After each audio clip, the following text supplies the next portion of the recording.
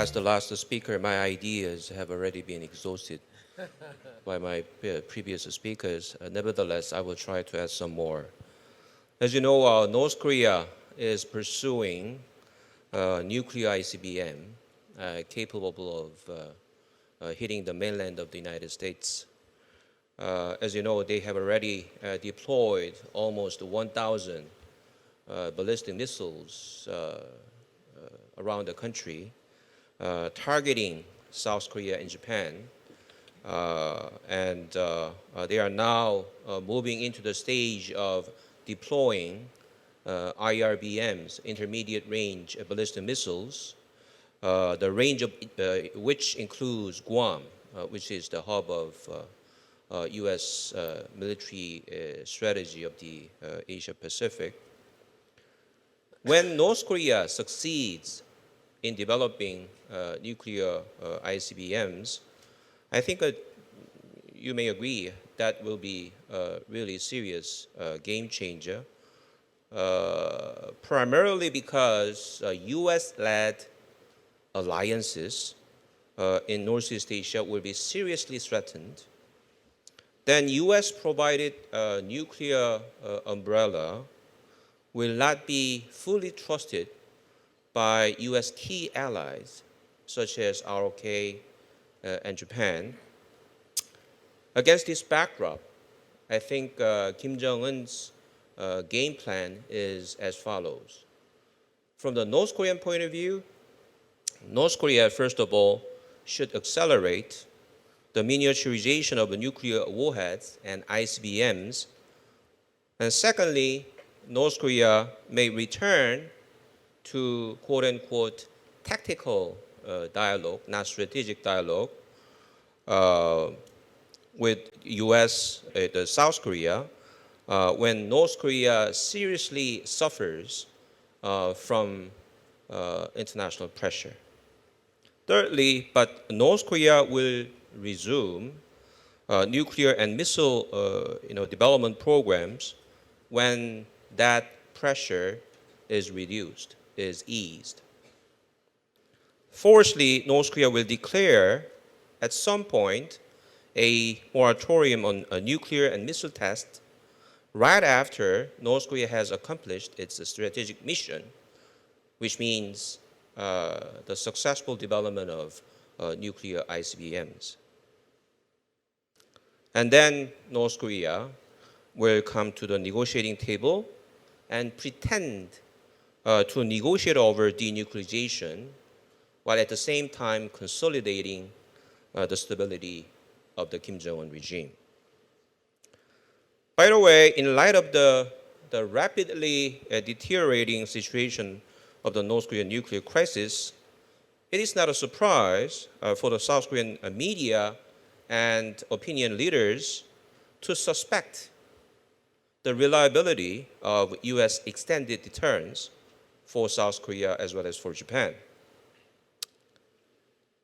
The ROK government at the moment is strengthening so-called PGM, precision-guided munitions capability, such as cruise missiles and ballistic missile capabilities. And also, the current government is accelerating so-called three-axis system, which consists of kill chain, KAMD, and KMPR. The kill chain refers to kind of a preemptive strike capability, and the KMD is a Korean air and missile defense system, and the KMPR is kind of a massive retaliatory system after being attacked by North Korea.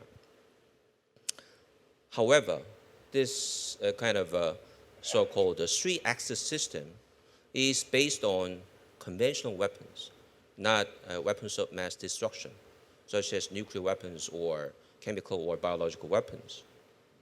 Then the next question is whether North Korea will be intimidated by this three-axis system, whether North Korea will be deterred by this conventional deterrence and defense system. Although South Korea deterrence and defense system is supported by U.S. Provided nuclear deterrence and defense capabilities. Former UK Defense Secretary Dennis Healy said in his memoir that during the Cold War, it takes only 5% of credibility of American retaliation to deter Russians, but 95% to reassure the European allies. If South Korean people are not assured by the United States about its extended deterrence, they will demand the ROK government to take one of the following three options, I think. The first, the completion of nuclear fuel cycle while relying on US-provided extended deterrence. The second option, redeployment of US tactical nuclear weapons back to South Korea. Third, South Korea's nuclear armament. Anyhow, at some point, when the maximum pressure works, North Korea will come to the negotiating table for tactical purposes, as I enumerated about North Korea's game plan. By the way, our mission, nevertheless, is transform this tactical dialogue. I think we have to accept it, even if it appears to be tactical. We have to transform the tactical dialogue into a strategic dialogue so that North Korea may not move to the next stage of its game plan. To that end, we need to agree on, as Jia Jin-kuo already mentioned, and also Kiichi Fujiwara already pointed out eloquently, we need to agree on what we can, what we can demand and what we can give to North Korea beforehand.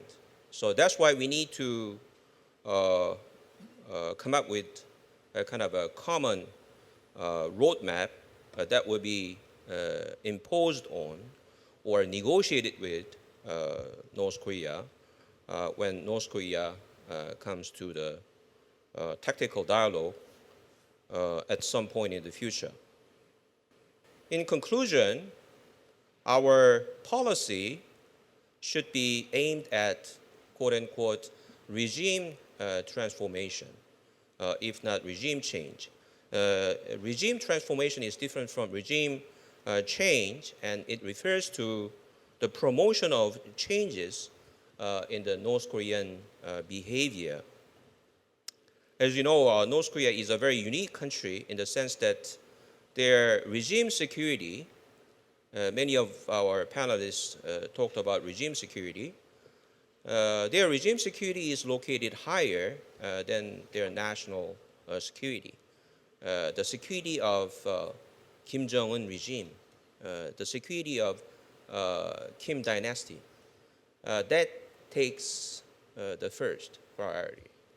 The North Korea policy should be focused on regime transformation of North Korea, which means changing the behavior of the North Korean regime by threatening the regime security of Kim Jong-un. Only when Kim Jong-un perceives its own nuclear development as choking his own regime, then he will be able to come to the negotiating table. So that's why we have to weaken his regime security to that extent, if not regime change. However, if our regime transformation policy does not work out any tangible results, we need to increase our pressure further, and also we need to think about Plan B, as Jia Jin-kuo already hinted out. Interestingly, as you may recall, Dr. Henry Kissinger, through his Wall Street Journal op-ed last August, proposed a corollary U.S.-China understanding on the aftermath, especially about North Korea's political evolution and deployment restraints on the territory of North Korea. That means, I think, the replacement of the current North Korean leader with a new leader who will give up nuclear weapons development programs, while, by the way, maintaining the current North Korean system. This will be, as you can guess, will be an extremely risky option, but things, I'm afraid, could move toward the direction when the key stakeholders, particularly the United States and China, are frustrated enough. So, in order to avoid this kind of dangerous scenarios, I think the key stakeholders, particularly United States, China, and ROK, should embark upon strategic dialogue, as Jachinko named it as a strategic dialogue, or the contingency dialogue among themselves at track 1 as well as track 1.5 level. So it can be aimed at consolidating our North Korea policy and assessing the effect of our sanctions and other policy measures. In addition, we can discuss the future of the Korean Peninsula, although it depends on how much China can open her mind. So on that cautiously pessimistic note, let me stop there. Thank you.